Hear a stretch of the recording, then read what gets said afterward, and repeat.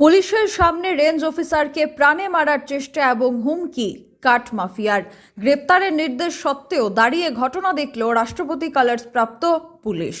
কলঙ্কজনক ঘটনা বাগবাসা বিধানসভা কেন্দ্রের পশ্চিম ইচাই লালচড়া 2 নম্বর ওয়ার্ডে। উত্তর জেলা বন দপ্তর পুলিশ এবং 97 নম্বর সীমান্তরক্ষী বাহিনীর যৌথ উদ্যোগে বনজ সম্পদ ধ্বংসকারী এক মাফিয়ার বাড়িতে হানা দেয়।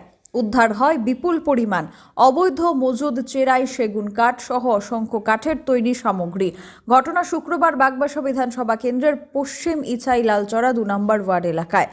গোপন সূত্রের ভিত্তিতে এদিনকার যৌথ অভিযান সংঘটিত করা হয়। স্থানীয় আব্দুল সামেদ নামের এক বন মাফিয়ার বাড়িতে এই অভিযান চলে। প্রথমে জেলা বন দপ্তরের আওতাধীন সমস্ত বিট কর্মীদের আধিকারিকেরা আব্দুল সামেদের বাড়িতে হানা দিতে গেলে ধারালো অস্ত্রের সামনে পড়ে বাধার সম্মুখীন হতে হয় বনকর্মীদের। পরে বিএসএফ এবং পুলিশকে খবর দেওয়া হলে বিপুল সংখ্যক যৌথ বাহিনীর উপস্থিতিতে অভিযান চালালে এই ব্যক্তির বাড়ি থেকে একাধিক ঘরে মজুদ বিপুল পরিমাণ বনজ সম্পদ পাওয়া যায়।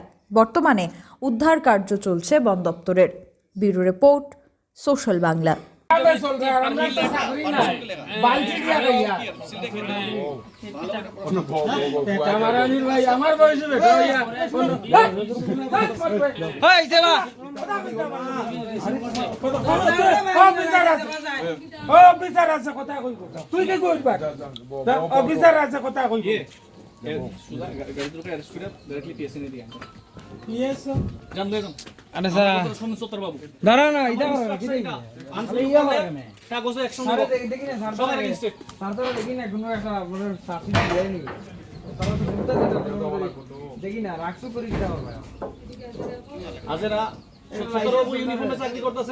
আপনারা গালি দেওয়া সরকারের গালি দেওয়া সমান।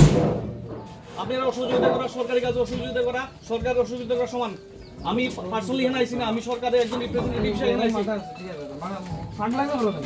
আমারে মাথার বাড়ি দিব কোয়া মানে কি জানেন? সরকারের মাথার বাড়ি দিব, কারণ আমি সরকারের একজন রিপ্রেজেন্টেটিভ। আমি এখানে ব্যক্তি হিসাবে সুপ্রিয় দেবনাথ হিসেবে আইছি না, আমি রেঞ্জ অফিসার ধর্মনগর সুপ্রিয় দেবনাথ হিসেবে এখানে আইছি। আপনি সত্য মোহাম্মদ আব্দুল সত্তার হিসেবে আইছেন না, এখানে আপনি বিরোধী হিসেবে আইছেন। এখানে কোনো মহান কাজ করতেছে না।